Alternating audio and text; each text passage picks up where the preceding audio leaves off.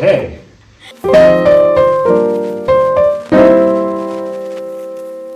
Hello everyone, welcome back to Luis Discusses Everything.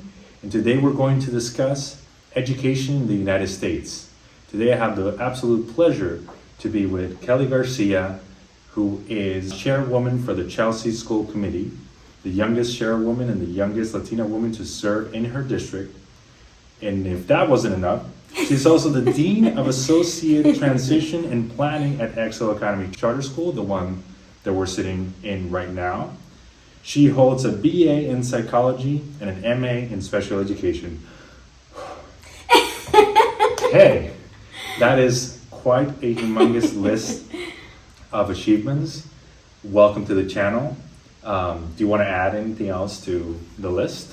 No, you covered it. Pretty soon you'll hear more about what I do in the community of Chelsea, a city that is small but mighty and powerful, and a place that I call home. So it is an honor to be here, and thank you please for having me. Now, I want to go to a bit of questions related to your role, and I know you have limited time, so we'll go through them quickly. The first question I have is, as the first Latina Chelsea School Committee member, what are some of the challenges you face? Yeah, so many, right? I was one of the youngest to run. I ran right at 21. And I ran 72 hours before Election Day. Oh, wow. Yeah, it was, I received a call from my aunt, Gladys Vega. I'm sure you've heard of her. She is an iconic figure in the city of Chelsea. She's a community organizer who has done so many wonderful things in the city. She called me and she's like, Kelly, no one is running in your district for school committee, and we have only had one teacher on the school committee in the last 20 years. Are you interested in running? And I'm like, I don't know yet. I guess. And she's like, took you by surprise. Yes, and she was like, okay, let's do this. We phone banged, door knocked, and in 72 hours I won. And then ever since then I've won, and 8 years later I'm the president of the school board. And so you know, starting from being the youngest in my district to one of the few Latinas on the board has been both challenging but a very rewarding journey. And so I'll tell you, you know, I used to greet my fellow board members with a hug and a kiss. Yo soy bien boricua, and you know, culturally I'm very connected with my Latino roots. And I had one member who was a white male. He was one of the veteran members, and he told me, Kelly, I don't appreciate you like greeting me in such a way. I don't think anyone would want that. And I shared like the hugging, kissing and whatnot, yeah. And he was the only one that felt uncomfortable, but he made it a racial thing, and it was a very uncomfortable conversation to have. Yeah. And I think that was a very eye-opening moment at that time where I'm like, okay. Yeah, so like some of the realities that you encountered essentially, right? Yes, okay. And then my voice as being the youngest member, I remember being questioned a lot. Yeah. And it took a lot to prove to the other 8 members that, listen, my voice matters here. As the only teacher, it's actually incredibly crucial that I am included in these conversations. And so I like made my way up, and I'm still the youngest person to ever be elected as president on the board. And I've been, and it was a unanimous decision. So every single member has voted for me for the last 4 years as chair. Yeah. 4 or 3. I think somewhere around there. Somewhere around there. It works out. Yeah. Wow. So, did you ever did you acknowledge that? Did you figure out that was the dynamic from the get-go? Yeah. So let's see, 20 plus years ago, we had 0 person of color on the school board. Yet our student population reflected the opposite, or represented the opposite, right? And so we have fought super duper hard to increase diversity amongst our school board and among central office teams. So I'm very proud to say that we have a Latina superintendent, the first time ever in Chelsea's history, and she's one out of 3 Latina superintendents in Massachusetts. Wow. And so, we are so honored to work with her. Her story really resonates with a lot of our students and families. And so to have someone at that magnitude at such a high level position has really been a remarkable experience. And we've been able to really increase awareness of the need for example, equity-driven policy, curriculum. And so with her leadership, we've hired our first diversity, equity, and inclusion officer, who is phenomenal. And we have done really great things, which I'm happy to talk more about. No, I mean, that's added to the list, right? In that line of argumentation, I guess you could say, I'm going to move on to the next question. As you know, there's a large teacher shortage in our country. What do you think is the root of the problem and how best to address it? That is a heavy loaded question. So I will try my best. My immediate thought is funding and a salary that our teachers can afford to, one, serve our community, but also live in it. So for example, Chelsea's rent has skyrocketed, yet our salary hasn't. Granted, we have over the last year, but that's because we received additional funding from our state. If that wasn't the case, we would actually have to do pay cuts, which we've done year after year. It wasn't until the Student Opportunity Act funding, which was... Can you explain that to the viewers? Sure. So in 1993, the school committee, the state funding for schools, decided on a formula. Yeah. And it's called the foundation formula.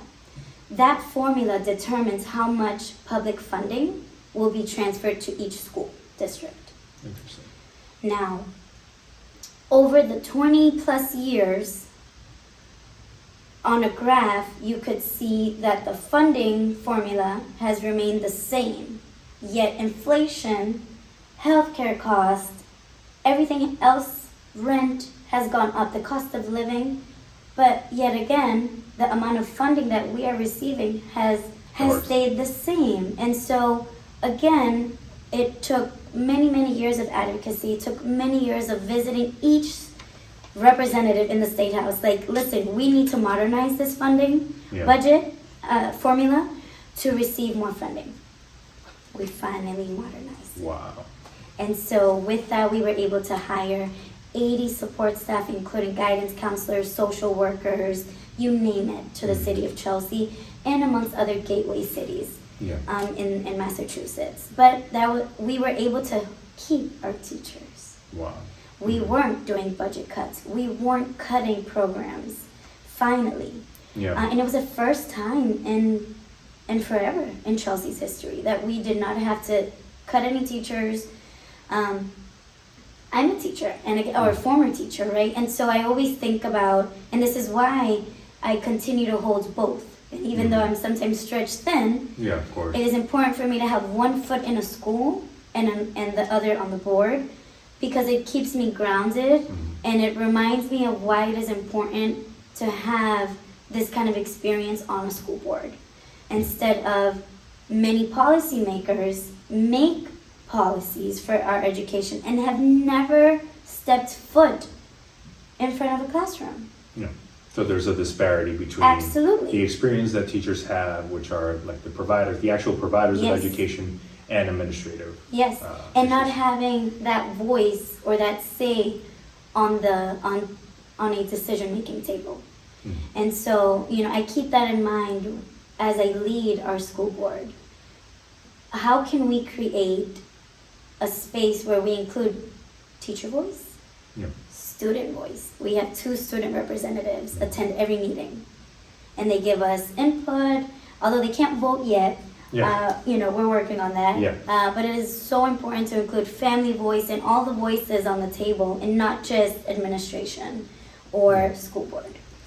Do you think there is an administrative bloat, and that might be part of the problem why there is such a lack of funding, in addition to what you have mentioned? I think it depends on the school district. Yeah. Right? Because BPS, for example, has one of the highest funding streams in the nation. Yeah. Cambridge as well. And so when we live so close to these high-paying districts, we lose a ton of administrators and teachers. Okay. And so I think it really depends on how much funding the school district is receiving and how the funding is allocated. Yeah. I've heard of arguments of like, well, all the money's going, or a lot of the money is going to administrators. And so when we are coming up with contracts and we're at the negotiation table, we are keeping all of that in mind. Given your experience in the charter school system, both in City on a Hill Charter School and Excel Academy Charter School, and given kind of like the chatter or the controversy around charter school public funding and its effectiveness, what benefits do you think charter schools provide to the overall school system, and how do you reconcile like your position in the board with your active work in a charter school? I think that's my favorite question of all time because, you know, a little bit of background of who I am. Yes, of course. I am one of 5 children. I'm the only one that attended charter schools of the 5 children. My mom and my aunt helped open Excel Academy Charter Schools because they were not satisfied with our public school system in Chelsea at the time. And so I'm in a place where, again, I have my foot here and in Chelsea Public Schools. And excuse me, and for me it's an easy answer. Yeah. I err on the side of choice and allowing families to choose the type of educational placement they want their children to be in. For me, my mom wanted me at a charter school. And so we were fortunate to be a part of the process of providing that as an option. Yeah. Right? For my siblings, they were successful in the public school system, right? It's important for families to choose what placement. I think we can learn a lot from each kind of school setting. Yeah, of course. So in my meetings with our school leaders here at Excel, I bring in what I've learned and what I've seen to be successful in a public school setting. Yeah. And vice versa. So on the school board, I bring in experiences and policies and structures that have worked at Excel that perhaps we can adapt and learn from in the public school setting. So I really think it's, again, learning from each, but also like providing families options and affordable options for families. Would you then agree with like a voucher program, for example? Definitely. I think, one, I really appreciate private schools that offer need-based financial aid because, again, if a family wants to send their child to a private school setting but are unable to afford it, well, then that doesn't allow them to send their kid off to a private school setting. I really don't believe there's like a perfect school setting. I think it really depends on the child. It's really a case-by-case scenario. Yeah. And hey, sometimes we have students here at Excel that perhaps this isn't the best setting for them, and they find another school, and that's okay. And vice versa. Yeah, the point is being like having options. Exactly. Yeah. I promise I only have 2 more questions and we're done. Yes. The next one is, in a 2021 article from the Chelsea Record newspaper, you are quoted as saying, "Our vote counts, our city counts, and our population is reflected in our elected officials, and representation truly matters," unquote. How so? And do you believe those words still? Totally. I am a firm believer, and research states that students do better if their identities are represented right in front of them in the classroom. And I think that can be even further extended to the decision makers, right, on the school board. When I was younger, I always thought of policymakers to be white old men, and I never envisioned myself as a politician, right? And so I make sure to be a role model, and I try my best to visit each school, talk to our students, talk to our families, to kind of break down that wall of like, no, if you care about your community, if you want to see change, if you want to improve the school system, run for office. Whether it's city council or school committee. Easier said than done, of course. Claro que sí. But Totally you easier said provide than a good done. example. But, you know, I truly believe that the representation on boards should be reflective of the student population. It just brings a different light to the conversations. It brings in your experiences. If you relate to the student, you can better advocate for them. And not to say that allies are not important. They absolutely are. My very last question is, I'm going to show you a picture. Okay. And something that I found digging through, but essentially is this one. Oh, my Right favorite here. picture! That is actually, I'm going to show it to the Oh my audience in goodness. the edit, but essentially I'm going to show it to the audience. I'll show you the picture, but it's basically for those of you who are not able to see it, is a 6-year-old Kelly Garcia with her mom.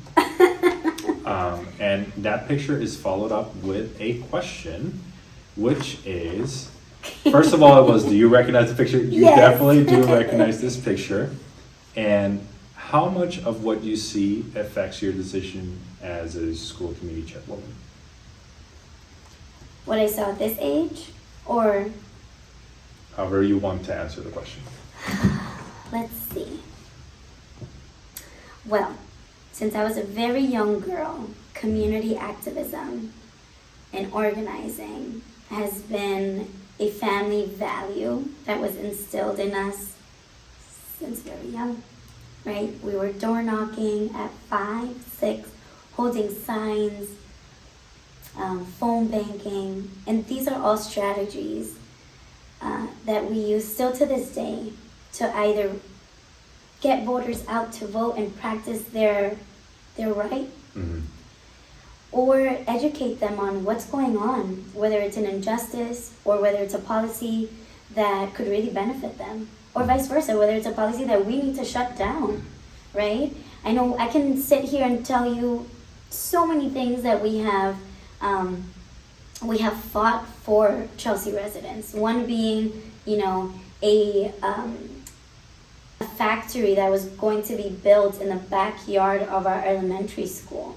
But it was sold to us as a wind mine. So we were thinking, oh, we're going to get like, you know, really cool wind mine. Like wind turbines? To, you know, to circulate the air, to wow. improve our air. No, that was going to Cape Cod. We were getting the factory in the backyard of our elementary school school. Yeah. And so what did we do? We had to go out in the community and educate our community of like, no, they're lying to us, and if we let this policy go through or this company come in, our students' health at the very, you know, at the very youngest age of our schools, or the youngest kids, will have a negative impact on our kids. And we got it shut down. Oh, you got it shut down? And that was the result of the protest? Yes, many protests. Oh my goodness. I have been in protests. We have mobilized protests, peaceful protests, since I was a very young girl. And it is, again, it's educating our community. It's making sure that they know that their voices matter. But again, that wasn't the case many years ago. Yeah. Right? So my hero is Sherry Chisholm. Chisholm? I think I say her name incorrectly. But, you know, her quote, she's known for, you know, if they don't have a spot for you at the table, you bring a folding chair. Oh, right, yes. You know, and so I carry that with me everywhere. I'm like, I don't want folks to bring a folding chair. I want to have a chair for them. Exactly. You know, and make sure our meetings are translated. At the beginning of Chelsea Public School System, they were not translated. Yeah. Parents were not allowed in the school buildings. It was a very racist community. Yeah. It really was. And my mom was one of the parent organizers. And she mobilized over 200 parents to change that, change many aspects of our school system. And I would attend those meetings. And so that's why I really think, I'm like, it makes sense for me to be in the position that I'm in, given who my mom is and given who my aunt is and my uncle, who was the director of Centro Latino, which was a nonprofit that was a place for Latino families to learn English, take free classes, computer skill classes. And so we have, my family has really given their lives to improve the lives of our neighbors in Chelsea. Well, thank you very much, Ms. Kelly Garcia. And thank you so much to you guys for keeping up with us and watching the whole thing through. Please like and subscribe to the channel. Share this video with your friends, and see you guys in the next one. Bye-bye. Bye. It was nice meeting you all.